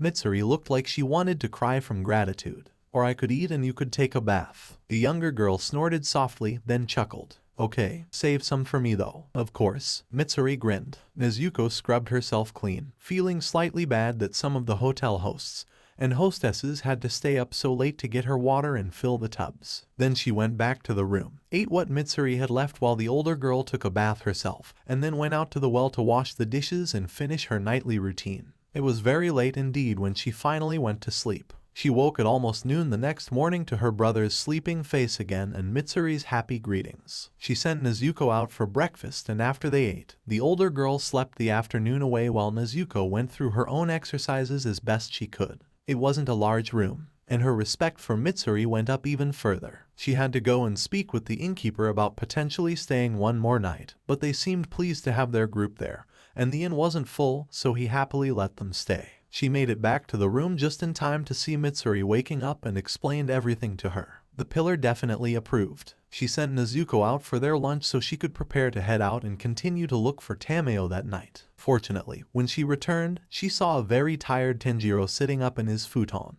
He smiled up at her as she froze in the doorway. "Nezuko, I'm so glad you're all right." The girl in question blinked, as if to make sure that she really was seeing what was in front of her, then very calmly went over to Mitsuri and handed the food to her. Once she was sure the food, several boxed bentos this time, would not spill, she turned and threw herself at her brother. "You idiot," she yelled as she clutched him tightly. "You used your power to save me. Why did you do that?" He calmly petted her hair as he snorted. "Because you're my little sister, Nezuko. It was worth it. But, your hands." He held them up and sighed, watching his claws extended and retracted as he flexed his fingers. "It's really not so bad. Besides, I've grown kind of used to it after so many lifetimes." He wasn't lying, but she could hear the underlying heartbreak in his voice. He did not want this. "You shouldn't have to," she said fiercely, drawing his gaze back to meet hers. He blinked blankly for several seconds, then sighed. "I told you, it's worth it." Nezuko felt frustrated tears gather in her eyes. "I wasn't strong enough to stand by you. You had to save me. I can't help you." She couldn't say. "Nezuko," Mitsuri cut in gently, "you saved me. Waxing 2 would have killed me if you hadn't intervened. Besides, no one expects you to become pillar level so soon. You have to be patient with yourself. Keep fighting and working and training and it will come faster than you think." The younger girl just shook her head. "It isn't fast enough." Tanjiro sighed. "We'll make it fast enough. But until then, please don't be angry with yourself. It's not your fault Muzan made a move when he did. It's mine for letting myself be seen at the final selection. I got too arrogant." Nezuko opened her mouth to protest, but again Mitsuri interrupted. "I think the fault all lies with Muzan for being the instigator of the entire problem," she said pointedly. "He has no honor." Both Nezuko and Tanjiro looked over at her, closing their mouths. Then they looked back at each other. "Well," Nezuko said, pouting a little, "she's not wrong." Tanjiro grinned and then began to chuckle. After a moment, Nezuko joined him. "Are you two done blaming yourselves for something you can't control?" Mitsuri asked. They both nodded. "Good," she said, nodding firmly, and then her entire demeanor changed. "Because you guys are so cute and I can't hold it in any longer," she practically yelled, letting out a high-pitched squeak, and holding her cheeks while shaking her head back and forth. That caused Tanjiro to laugh even harder, which in turn made Nezuko laugh more, which made Mitsuri squeak more. It was a rather devastating spiral that took several minutes for them to calm down from. After a few moments of comfortable silence, Nezuko realized that it was beginning to grow dark outside and she pointed out that they should probably eat. She began to scoop out the dishes and handed the first bento to Tanjiro before turning to grab another one. Mitsuri had already begun on hers. That was when Nezuko noticed Tanjiro staring sadly at the box of food. "Nyai-chan?" she asked as he lowered it to his lap and sighed. Then he looked up at her, smiling sadly. "I can't eat this," he said. Both Mitsuri and Nezuko froze, staring at him. "It smells like normal food does every time He faded off, then handed his bowl to Mitsuri, who took it mechanically, studying it as if it had betrayed her, then turned her attention back up to her fellow pillar. "Looks like it's sleep for me from here on out," he said with a forced grin that looked all the more painful for it. And Nezuko wanted to cry again. "Nyai-chan," he held up his hand. "We knew it would happen eventually." Well, no, they didn't. But he was trying hard enough to convince himself that she decided not to call him out on it. The rest of the meal was a somber affair, all the levity from earlier having fled the room. Once they finished, Nezuko offered to wash the dishes before she went out to search for Tameo. "Oh," Mitsuri said before she could leave, "I forgot to tell you that Yubayashiki-sama approves of us being here for now, but warned me that if Akaza wakes up and causes damage, we will be brought before the other pillars for judgment." Once again the room fell into silence for several seconds as the other two digested that. Well, it was my idea, Tanjiro finally said. If I have to take full responsibility, I will. But, he added on before the others could say anything, looking over at the still sleeping demon, I really don't think we'll have to worry about it. He'll be asleep for another day at least. And no, I still don't know how I know that. This time, Mitsuri and Nezuko exchanged glances before turning their attention back on Tanjiro. Well, Mitsuri said slowly, that may become a problem if we can't find your Tameo-san. Nezuko nodded in agreement. Tanjiro frowned. Yeah, I was thinking the same thing. Why hasn't she come already? I mean she. Then he stopped and his eyes flew open wide and he dropped his face into his hand. Oh, what do you mean, oh? Nezuko asked worriedly. Tanjiro looked up at her a little sheepishly. Do you have the pack I normally wear? He asked. His younger sister frowned, as did the other pillar, but Mitsuri leaned over to the corner of the room where they'd stashed their things and pulled out Tanjiro's pouch, which she tossed to him. And the, arms? He asked, his smile a little wobbly. Mitsuri almost scowled. Almost. She reached back over to the lump of cloth near the pile of belongings and carefully picked it up before handing it over to Tanjiro. Nezuko cocked her head to one side. Shouldn't they smell by now? She asked, unsure. The older sibling sighed and shook his head. They're demon arms. They don't decompose like humans do. Oh, was all she could really say to that. Then she watched in morbid fascination as he pulled a small, glass vial out of the pouch, unwrapped what had to be Dauma's arm, and stuck the needle point at the end in, then pulled up with the plunger on top. Blood began to fill the vial, albeit slowly. What's that? Nezuko asked. Tameo-sen's vials, Tanjiro explained, the sheepishness creeping back into his voice. They'll activate and... The sound of a bell at the window had the two girls in the room jumping up in defense, but all they saw on the sill was a calico-colored cat. A cat with what looked like a harness carrying a box on its back. What? Chachimaru, Tanjiro said with a grin, hopping up and opening the window. He reached out and scratched the cat's head. The cat reacted well to that, purring as it turned its head so Tanjiro could reach with his claws. Animals hate demons, Mitsuri said, sounding a little lost. Nezuko had to admit she hadn't quite expected this either. Not this one, Tanjiro said.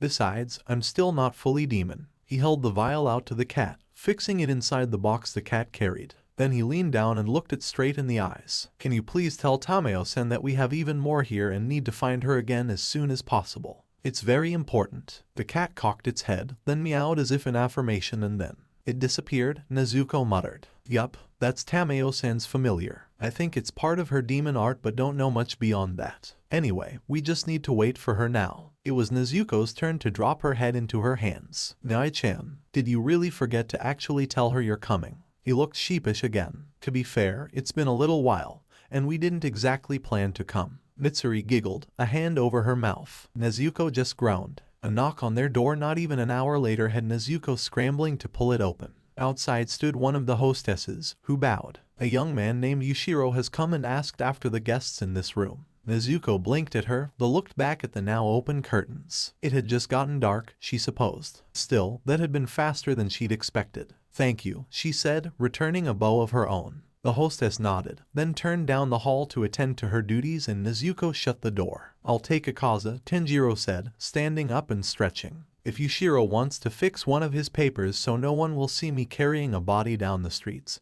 that would probably be the fastest. Although we don't know if Musen's in the city right now, so that may not be the best idea. We should probably all meet out back and talk. He looked to the two of them for confirmation. Nezuko thought that was acceptable, so she nodded. They folded their used blankets and futons in the corner, gathered their things, and then Tanjiro left via the window once he was sure no one was there to see the still unconscious waxing moon on his back. Mitsuri and Nezuko made their way downstairs. Meanwhile, you've never met this Yushiro before, right? Mitsuri asked, a little nervously. Nezuko shook her head. Or Tameo-sen.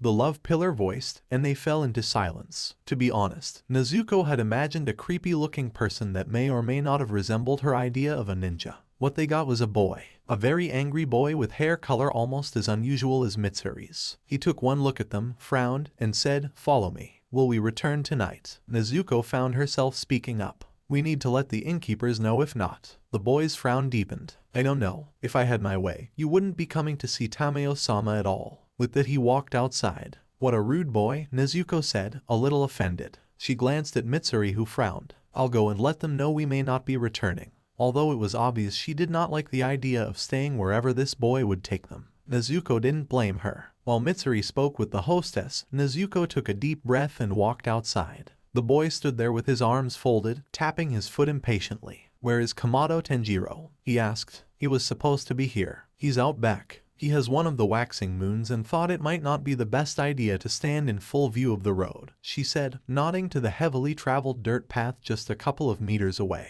"What?" Yushiro squawked angrily. "You brought a waxing moon here." Nezuko rolled her eyes. "He isn't awake." That caused him to blink in surprise. "What?" she huffed. "He isn't awake. We don't know why, but Nyai-chan thought we should bring him to Tameo-san."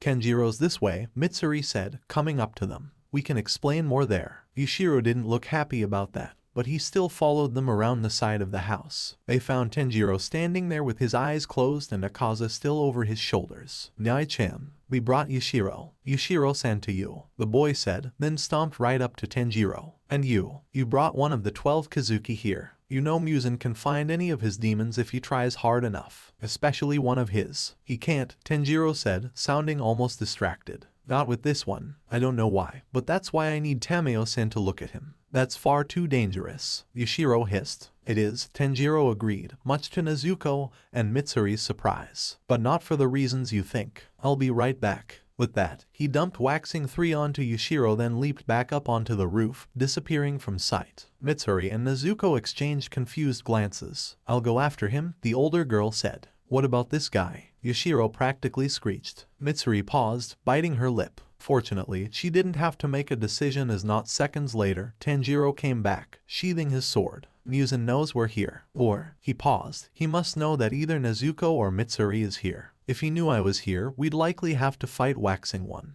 But there was a demon watching the inn." Nezuko felt her face pale. "I did fight some demons last night. He must have wanted to make sure I was here too before he struck," Tanjiro muttered. Still distracted, he picked Akaza up off of Yushiro and slung him over his shoulders easily. "Can you hide all of us?" Tanjiro asked Yushiro. "Of course I can. But why should I? You all are putting Tameo-san in danger. Acting so rude." "That's rich coming from you," Nezuko defended angrily. "The rudest boy I've ever met in my life." "Why you?" the green-haired boy growled, eyes contracting into slits. Nezuko put a hand on her sword, but then Tanjiro stepped between them, his back to Yushiro and his hands on his sister's shoulders as he smiled at her kindly. "Nezuko, he's protecting the one he loves most the best he can. Just like I am. Just like you are." She sucked in a breath, noting the sincerity in his eyes, before sighing. "That doesn't give him the right to be rude and expect other people to be nice. Maybe, but we can be better than that." She wasn't happy about it, but eventually she huffed. "Fine." Behind them, Mitsuri giggled. That made Nezuko blush in embarrassment. "In any case," he said, turning to Yushiro, who now watched them with a blank expression. Nezuko supposed it was an improvement. "We'll need to hide our presence as much as possible. I was thinking we can skirt around, lay a couple of false trails, backtrack and circle a couple of times and enter the city through another way. It'll take time, but it will probably throw any followers off of our trail. We want to keep Tameo-san safe from Muzan too." Yushiro eyed him skeptically for several moments before he rolled his eyes and shook his head in frustration. "Fine." He looked over at Nezuko and Mitsuri. "You two, come with me," while he pointed one clawed finger at Tanjiro with one hand, pulling out some papers from inside his robe with the other, circles around with. "That." He looked in disgust at the waxing moon. Nezuko went to protest, but Mitsuri beat her to it. "I'm afraid I have to accompany Tanjiro wherever he goes," she said, bowing politely, if shallowly. Yushiro huffed and threw his hands in the air. "Okay, she comes with me and you two circle around. Make sure no one can follow you. Understand?" Tanjiro smiled. "Of course." "Mitsuri." He turned to leap out across the rice field. "Wait, idiot," Yushiro said, slapping a piece of paper on his chest. Tanjiro disappeared from view. "Eh?" Mitsuri and Nezuko said at once, worriedly. "I'm still here," Tanjiro said, although his voice sounded muffled. The younger Kamado sibling relaxed a little. "Here," Yushiro said, handing one of the papers to Mitsuri, keeping his eyes firmly on hers. "Put this on you somewhere. It will stick and no one will be able to see you. It will also be harder to hear and smell you." "Oh," Mitsuri said, eyeing the paper with red markings on it. She glanced at Nezuko. "Will you be alright alone?" The younger girl nodded. "I'll be fine, Mitsuri," she said with a smile. The other girl returned the smile and put the paper on her chest and also disappeared from sight. "Yushiro," she heard Tanjiro say suddenly, "Nezuko means as much to me as Tameo-san does to you.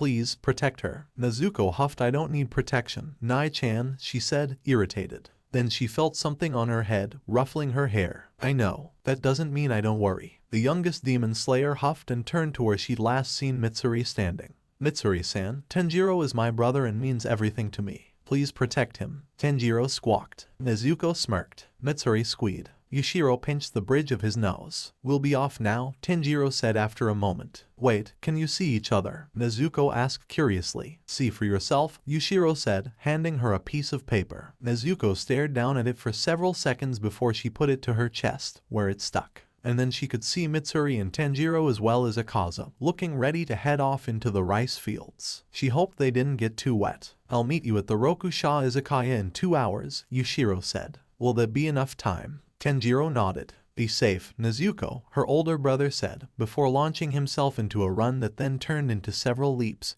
Mitsuri right beside him. Nezuko stared in shock, wondering how they could just do that. As for you, Yushiro said. She turned back to face him. I'm going to stomp out of here angrily, do a couple of errands and then head back. Follow me. If you get lost, call my name. Do not, under any circumstances, call for Tameo-san. Understood. Nezuko nodded firmly. Good, Yushiro said. Let's go. I have a lot I have to pick up. With that, he turned and stomped angrily around the outside of the house. Nezuko hurried to catch up to him. Once in front, he threw his hands in the air, turned to the inn and called, "Good riddance," and then continued to head onto the busy street. Nezuko stared in shock for a couple of seconds before she realized he was putting on a show of having left them behind in case he'd been seen with them. Then he proceeded to stalk down the street. It wasn't easy for Nezuko to keep up while avoiding people, but she felt she managed pretty well for the most part, pausing near shops when he went into one and then resuming her pace behind him once he left. Every now and then, he'd glance over at her, nod and then pretend he hadn't seen her.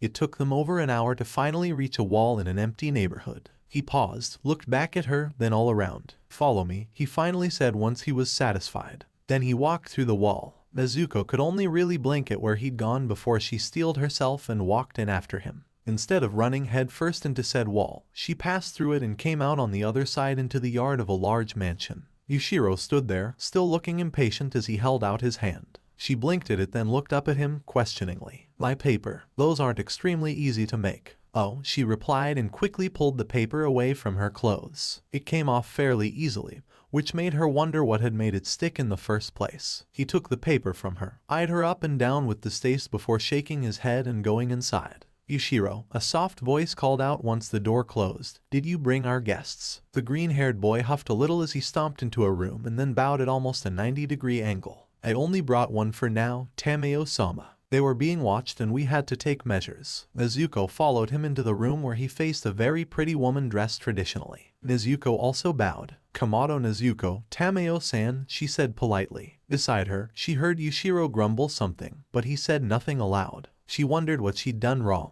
Before she could ask, though, Tameo-san spoke up. Kamado, are you related to Tanjiro? Yes, Nezuko said happily. He's my older brother. I see, she said, then smiled warmly. Then welcome. Tell me, what need do you have of me? Nezuko shifted a little uneasily, but figured the faster she told, the faster they could figure something out. And Tanjiro trusted this woman, so she decided she would too, for now, and told Tameo-san everything starting with the waxing moon's attack. She explained how each of the pillars had taken a waxing moon on in the fight, how Dauma had tried to turn Nezuko herself into a demon, how Tanjiro had used his demon art to literally burn that out of her, and how something had happened to Waxing 3, and they didn't know what and so they needed to come to her. It didn't take her long to really explain everything, and when she stopped, Tameo looked to be lost in thought. Yushiro, she said, it's about time for you to go and meet the others. The demon boy scowled, but nodded. Hi, Tameo-sama. Then he turned and left. Nezuko stared after him for a moment before turning back to the other woman in the room, who smiled again.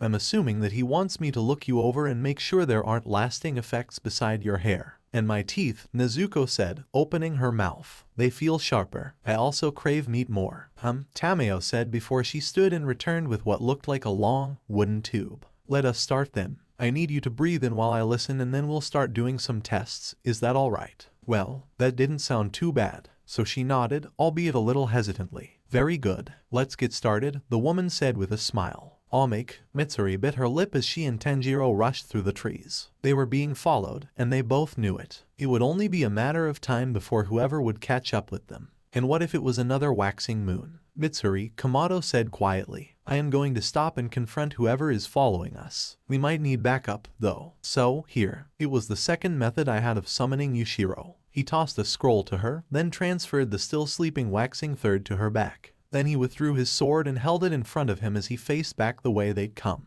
If it looks like I need help, please say the phrase. It took her several seconds to juggle opening the scroll and keeping the sleeping demon on her back from falling off. Once she did, though, she could only frown.